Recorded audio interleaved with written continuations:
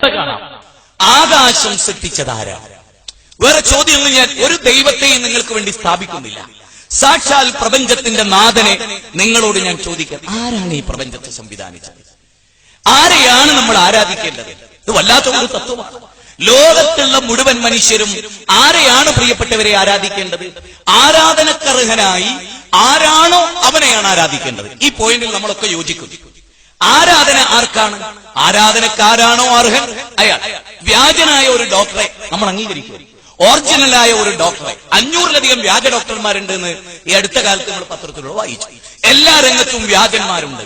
Original duplicate. സാക്ഷാൽ ഈശ്വരൻ ആരാ? ഹിന്ദുവിനെയും മുസ്ലിമിനെയും ക്രിസ്ത്യാനിയെയും ജൈനനെയും ബൗദ്ധനെയും സകല 714 കോടി മനുഷ്യരുണ്ട് ഈ ലോകത്ത്. 714 കോടി മനുഷ്യർ. ഈ മനുഷ്യരെ മുഴുവനും സൃഷ്ടിച്ച സാക്ഷാൽ ഈശ്വരൻ ആരാ? വിശുദ്ധ ഖുർആൻ. ലോകത്തിന്റെ മുമ്പിൽ ഞാനൊരു മുസ്ലിമാണ്, ഇസ്ലാമിനെ പ്രദാനം ചെയ്യുന്നവനാണ്. അതുകൊണ്ട് തന്നെ എനിക്ക് എല്ലാ മനുഷ്യരെയും സ്നേഹിക്കാൻ കഴിയും. കാരണം ഖുർആനിൽ 20-ലധികം സ്ഥലത്ത് മനുഷ്യരെ എന്നാണ് വിളിച്ചത്. യാ അയ്യുഹന്നാസ്. അല്ലയോ മുസ്ലിങ്ങളെ എന്നൊരു വിളി ഖുർആനിലില്ല. അല്ലയോ അറബികളെ എന്നൊരു വിളി ഖുർആനിലില്ല. അല്ലയോ ഇന്ത്യക്കാരെ എന്നൊരു വിളി ഖുർആനിലില്ല. അല്ലയോ മനുഷ്യരെ. കണ്ടോ, രാജ്യവും ലോകവും അതിർവരമ്പുകളും ഭാഷയും ഗോത്രങ്ങളും കടന്നുള്ള വല്ലാത്തൊരു വിളി. അല്ലയോ പാശ്ചാത്യരെ എന്നല്ല. അല്ലയോ അറബികളെ എന്ന് പറഞ്ഞാൽ അത് സങ്കുചിതമാണ്, വർഗീയതയാണ്. അല്ലയോ ഹൈന്ദവരെ എന്ന് പറഞ്ഞാൽ വർഗീയതയാണ്. അല്ലയോ തൊഴിലാളികൾ എന്ന് പറഞ്ഞാൽ വർഗീയതയാണ്. മറിച്ച് വിശുദ്ധ ഖുർആനിൽ ദൈവം മനുഷ്യരെ വിളിക്കുന്നത് അല്ലയോ മനുഷ്യരെ. കണ്ടോ, അല്ലയോ മനുഷ്യരെ, നിങ്ങളെ സൃഷ്ടിച്ചിട്ടുള്ളത് നിങ്ങൾ ഒരച്ഛന്റെ ഒരമ്മയുടെ മക്കളാണ്. ഒരച്ഛനമ്മമാർക്ക് പിറന്ന മക്കൾ ഓർത്താൽ ഒരൊറ്റ തറവാട്ടുകാർ നാം. നാഥന്റെ മുറ്റത്ത് വിരിഞ്ഞു നിൽക്കും തൻമുന്തിരിക്കൊത്ത മനുഷ്യവർഗം. കേട്ടോ, ഒരച്ഛന്റെയും ഒരമ്മയുടെയും മക്കളാണ് നമ്മളൊക്കെ. നമ്മൾ എങ്ങനെ ജനിച്ചുപോയി? എന്നും മതസൗഹാർദ്ദം പ്രസംഗിച്ച് പിരിയാനാണ് നമ്മുടെ അവസ്ഥ. പക്ഷേ ഒന്നിച്ച് ജീവിക്കാൻ, ഒന്നിച്ചൊരേ ദൈവത്തെ ആരാധിക്കാൻ തമ്മിൽ തല്ലുകൂടാത്തൊരവസ്ഥ ഇവിടെ എങ്ങനെ ഉണ്ടാവും? അടിസ്ഥാനപരമായ ഐക്യട്ടോ, വാക്കിലും എഴുത്തിലും മാത്രമുള്ള താൽക്കാലികമായ ഐക്യമല്ല, നാവിലും പേനത്തുമ്പിലും മാത്രമുള്ള ഐക്യമല്ല, ഹൃദയത്തിൽ നിന്ന് തുറന്ന് ഇതെന്റെ സഹോദരനാണ്, ഇത് എന്റെ അച്ഛന്റെ അമ്മയുടെ മക്കളാണ്, ഞങ്ങളുടെ ജ്യേഷ്ഠാനുജന്മാരാണ്, ഒരു ദൈവത്തിന്റെ അടിമകളാണ്, ഒരേ വായു ശ്വസിച്ച്, ഒരേ വെള്ളം കുടിച്ച്, ഒരേ സൂര്യന്റെ കിരണങ്ങൾ ഏറ്റുവാങ്ങി, ഒരേ ചന്ദ്രന്റെ നിലാവലകൾ ഏറ്റുവാങ്ങി ഈ ലോകത്ത് ജീവിക്കുന്ന മുഴുവൻ മനുഷ്യരും ഒരു സൃഷ്ടാവിന്റെ അടിമകളാണ് എന്ന ബോധത്തിലേക്ക് മതം മനുഷ്യനെ കൊണ്ടുവന്നു. വിശുദ്ധ ഖുർആൻ 49-ാം അധ്യായം 13-ാമത്തെ വചനം ഒന്ന് കേട്ടോളൂ നിങ്ങൾ. യാ അയ്യുഹന്നാസ് ഇന്നാ ഖലഖനാകും മിൻ ദക്കരിൻ വ ഉൻസ വജഅൽനാകും ശൂബൻ വകബായില ലിതഅറഫു ഇന്ന അക്രമകും ഇൻദല്ലാഹി അത്ഖാകും. മനുഷ്യരെ, നിങ്ങളെ സൃഷ്ടിച്ചത് ഒരാണിൽ നിന്നും ഒരു പെണ്ണിൽ നിന്നുമാണ്. നിങ്ങളുടെ ഗോത്രങ്ങളും വർഗ്ഗങ്ങളുമൊക്കെ തിരിച്ചിട്ടുള്ളത് എന്തിനാണ്? ലിതഅറഫു, പരസ്പരം തിരിച്ചറിയാനാണ്. വ്യത്യസ്ത ഗോത്രങ്ങൾ അഡ്രസ് അയച്ചാൽ രാമന്റെ വിലാസത്തിൽ ഇന്ന സ്ഥലം എന്ന അയച്ചാൽ അയാൾക്ക് കത്ത് കിട്ടണം. പിന്നെ ദൈവത്തിന്റെ സന്നിധിയിൽ നിങ്ങൾ ആരാ ഉത്തമൻ? വല്ലാത്തൊരു പോയിന്റ് ആട്ടോ വേദഗ്രന്ഥം പറയും. ദൈവസന്നിധിയിൽ വെളുത്തവൻ, കറുത്തവൻ, ബ്രാഹ്മണൻ, ക്ഷത്രിയൻ, അങ്ങനെ അറേബ്യക്കാരൻ, പണക്കാരൻ, പണിക്കാരൻ, കറുത്തവൻ, വെളുത്തവൻ ഇല്ല. ദൈവസന്നിധിയിൽ ഏറ്റവും ആദരിക്കപ്പെട്ടവൻ ദൈവത്തെ ഭയപ്പെട്ട് ഭക്തി നിർഭരമായി ജീവിക്കുന്ന ഏതൊരു മനുഷ്യനും. ജാതി ചോദിക്കുന്നില്ല ഞാൻ സോദരി, ചോദിക്കുന്നു തണ്ണീർ എന്ന് പറഞ്ഞിട്ടില്ലേ? ഇല്ലേ? ദുരവസ്ഥ കുമാരനാശാനം മറന്നിട്ടില്ലേ നമ്മൾ കേരളീയർ? നേരത്തെ ഇവിടെ ഫാദർ ഉദ്ധരിച്ച ഒരു ഭാഗം, സോദരർ തമ്മിലെ പോരൊരു പോരല്ല, സൗഹൃദത്തിന്റെ കലങ്ങി മറിയലാം. എന്തിനു ഭാരതരെ കരയുന്നു, സ്വാതന്ത്ര്യം നിനക്ക് വിധികൽപ്പിതമാണ് ധായേ എന്ന് ബി.ആർ. അംബേദ്കറിന്റെ ചരിത്രങ്ങളൊക്കെ പറയുന്നിടത്ത് രേഖപ്പെടുത്തുന്ന പിന്നെ അയ്യപ്പന്റെയും അതുപോലെ ഒരുപാട് കവികളുടെയും ജാതീയത ഈ നാടിനെ വരിഞ്ഞു മുറുക്കിയ സ്വാമി വിവേകാനന്ദൻ കേരളത്തെ ഭ്രാന്താലയം എന്ന് വിളിച്ചിരുന്നു. ഈ സ്ഥിതിവിശേഷങ്ങളുടെ ഒക്കെ നടുവിൽ നോയിസി വാക്ക് ടു ഫ്രീഡം നെൽസൺ മണ്ടേലയുടെ ഗ്രന്ഥമാണ്. 27 സംവത്സരങ്ങൾ വെള്ളക്കാരന്റെ കാരാഗ്രഹത്തിൽ കിടക്കേണ്ടി വന്നത് ഞാൻ വ്യഭിചരിച്ചിട്ടല്ല, നാട്ടുനടപ്പ് ധരിച്ചിട്ടല്ല, എന്റെ തൊലി കറുത്തുപോയ കാരണം കൊണ്ടാണ് എന്ന് പറയുന്ന അവസ്ഥാവിശേഷങ്ങൾ. മനസ്സിലായില്ലേ? അത്തരമൊരു അവസ്ഥാവിശേഷത്തിൽ നിന്ന് ദൈവം മനുഷ്യരെ വിളിക്കുക. ഒരാണിൽ നിന്നും ഒരു പെണ്ണിൽ നിന്നുമാണ് മനുഷ്യരെ നിങ്ങളൊക്കെ. കണ്ടോ, ഞാനും നിങ്ങളൊക്കെ സഹോദരങ്ങളാണ്. നമ്മളെല്ലാം നമുക്ക് എന്റെ മൂക്കിലൂടെ പോകുന്ന ശ്വാസവായു, ശ്വാസവായുവായി നിങ്ങൾ സ്വീകരിക്കുന്നു. എന്തൊരു അനുഗ്രഹമാണ്! ഒരേ സൂര്യൻ, ഒരേ ചന്ദ്രൻ, ഒരേ ഭൂമി, ഒരേ ദൈവം. ഈ ഒരു വിശ്വാസത്തിലേക്ക് നമ്മൾ വന്നാൽ നമുക്കിടയിൽ ബാബരി മസ്ജിദ് ഇഷ്യൂ ഇല്ല, വർഗീയതയില്ല, കുരിശു പ്രശ്നങ്ങളില്ല, ദേവീ ദേവ സങ്കല്പങ്ങളില്ല, ഒന്നില്ല. സാക്ഷാൽ പ്രപഞ്ചത്തിന്റെ നാഥൻ അതിന് നമ്മൾ മനോഹരമായി മനസ്സിലാക്കേണ്ട വേദത്തിലെ 2-3 കാര്യങ്ങൾ പറഞ്ഞുകൊണ്ട് അവസാനിപ്പിക്കട്ടെ. പ്രിയപ്പെട്ടവരെ, എല്ലാ വേദങ്ങളും മനുഷ്യരോട് പറഞ്ഞത് നിങ്ങളൊക്കെ വേറെ വേറെ ആരാധനാലയങ്ങൾ ഉണ്ടാക്കി വേറെ വേറെ ആരാധനകളുമായി പോയിക്കൊള്ളൂ എന്നല്ല.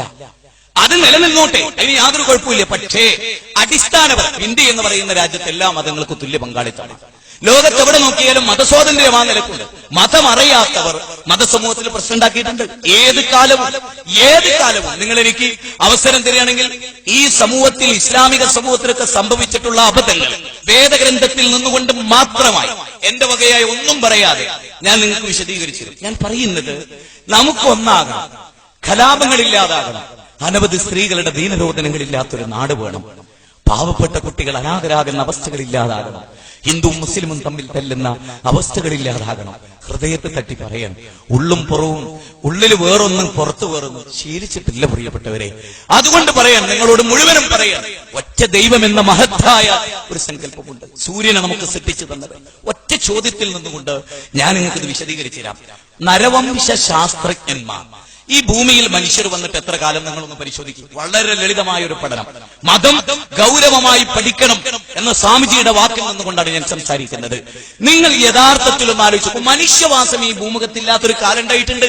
അന്ന് ഇതുപോലെ ക്ഷേത്രങ്ങളില്ല, പള്ളികളില്ല, കാബയില്ല, ഇല്ല, മധുരൈ മീനാക്ഷി ക്ഷേത്രമില്ല, ഗുരുവായൂരപ്പനില്ല, ഒന്നുമില്ല, ശബരിമല ശാസ്താവില്ല, വേളാങ്കണ്ണി മാതാവില്ല, ഒന്നുമില്ല.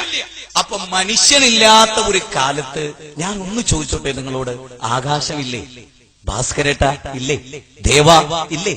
മനുഷ്യനില്ലാത്ത കാലത്ത് ആകാശവും ഭൂമിയും സാഗരങ്ങളും ഇല്ലേ? ഈ ചോദ്യത്തിന് നിങ്ങൾ മറുപടി പറ. ഉണ്ട് എന്നാണ് നിങ്ങളുടെ മറുപടിയെങ്കിൽ എന്റെ അടുത്ത ചോദ്യം, അതാര് സൃഷ്ടിച്ചു? മുഹമ്മദ് നബി ഇല്ലാത്ത കാലത്ത്, ശ്രീരാമനില്ലാത്ത കാലത്ത്, ശ്രീകൃഷ്ണനില്ലാത്ത കാലത്ത്, അമ്മയും ദേവിയും സ്വാമിയും രവിശങ്കറും ഒന്നുമില്ലാത്ത കാലത്ത്, സ്വാമിജിയും ഞാനും ഒന്നുമില്ലാത്ത കാലത്ത്, മനുഷ്യവാസമില്ലാത്ത കാലത്ത് ഈ പ്രപഞ്ചത്തെ സംവിധാനിച്ചവൻ ആര്? അന്നുമുണ്ടല്ലോ സൂര്യൻ, അന്നുമുണ്ടല്ലോ ചന്ദ്രൻ, അന്നുമുണ്ടല്ലോ ആകാശം, അന്നുമുണ്ടല്ലോ അല്ലേ? നിങ്ങൾക്കറിയില്ലേ ശ്രീരാമൻ ജനിക്കുന്ന അവസ്ഥാവിശേഷത്തെ കുറിച്ച്? ദശരഥ മഹാരാജാവ് പുത്രകാമേട്ടി യാഗം നടത്തി. യാഗത്തിന്റെ അന്തിമഘട്ടത്തിൽ ശൃംഗമുനി പായസാന്നം നൽകി. കൈകേയി, കൗസല്യ, സുമിത്ര മൂവരും കഴിച്ച് കൗസല്യയുടെ പുത്രനായി ശ്രീരാമൻ ജനിക്കുമ്പോ അവരൊക്കെ ഇവിടെയുണ്ട്, ആകാശവും ഭൂമിയുമുണ്ട് അല്ലെ? ഒരു ചിങ്ങമാസത്തിലെ അർദ്ധരാത്രിയിൽ ദേവകിയുടെ 8ാമത്തെ പുത്രനായി ശ്രീകൃഷ്ണൻ ജനിക്കുമ്പോ 7 മക്കളെ ദേവകി ഇവിടെ പ്രസവിച്ചു ഈ ഭൂമിയിൽ. യേശുക്രിസ്തുവിന്റെ മാതാവ് കന്യാമറിയം യേശുക്രിസ്തുവിന് ജന്മം നൽകി. ആമിന അബ്ദുള്ളയുടെ ദമ്പതികളായി മുഹമ്മദ് ജനിച്ചു. എല്ലാം ഈ ഭൂമിയിൽ സല്ലല്ലാഹു അലൈഹി വസല്ലം അല്ലെ? ഇവരൊക്കെ ജനിച്ചപ്പോ ഭൂമി ഇവിടെയുണ്ട്. എങ്കിൽ ഇസ്ലാം മനുഷ്യരോട് ചോദിക്കാൻ, ലോകത്തിലെ എല്ലാ വേദങ്ങളും ചോദിച്ചു ആ ചോദ്യം, മനുഷ്യരെ ഈ ഭൂമിയെ സൃഷ്ടിച്ചവൻ ആര്? അവനാണ് സാക്ഷാൽ ഈശ്വരൻ. അവനെ ആരാധിച്ചാൽ എല്ലാ പ്രശ്നവും തീർന്നു. ഒറ്റ കാര്യം, ബല ഈ ഭൂമി നമുക്ക് സംവിധാനിച്ച ദൈവം സാക്ഷാൽ ഈശ്വരൻ. യാ അയ്യുഹന്നാസ് അഅ്ബുദു റബ്ബക്കും അല്ലദീ ഖലഖക്കും വല്ലദീന മിൻ ഖബ്ലിക്കും ലഅല്ലക്കും തത്തഖൂൻ. ഖുർആനിലെ 2-ാം അധ്യായം 21-ാമത്തെ വചനം. വചനത്തിന്റെ അർത്ഥം എന്താണ്? അല്ലയോ മനുഷ്യരെ. കണ്ടോ, നമ്മളൊക്കെ പെട്ടു. സ്വാമിജി വന്നു, അച്ഛൻ വന്നു, ഇവിടെ എല്ലാവരും, MLA വന്നു, പഞ്ചായത്ത് നേതൃത്വത്തിലുള്ളവർ വന്നു, എല്ലാവരും, ഈ കേൾക്കുന്ന മുഴുവൻ ആളുകളും, നാളെ ഇത് കേൾക്കാൻ പോകുന്നവരും, അവരെല്ലാം വന്നു. ഈ മനുഷ്യരെ നിങ്ങളെ സൃഷ്ടിച്ച ദൈവത്തെ ആരാധിക്കുക.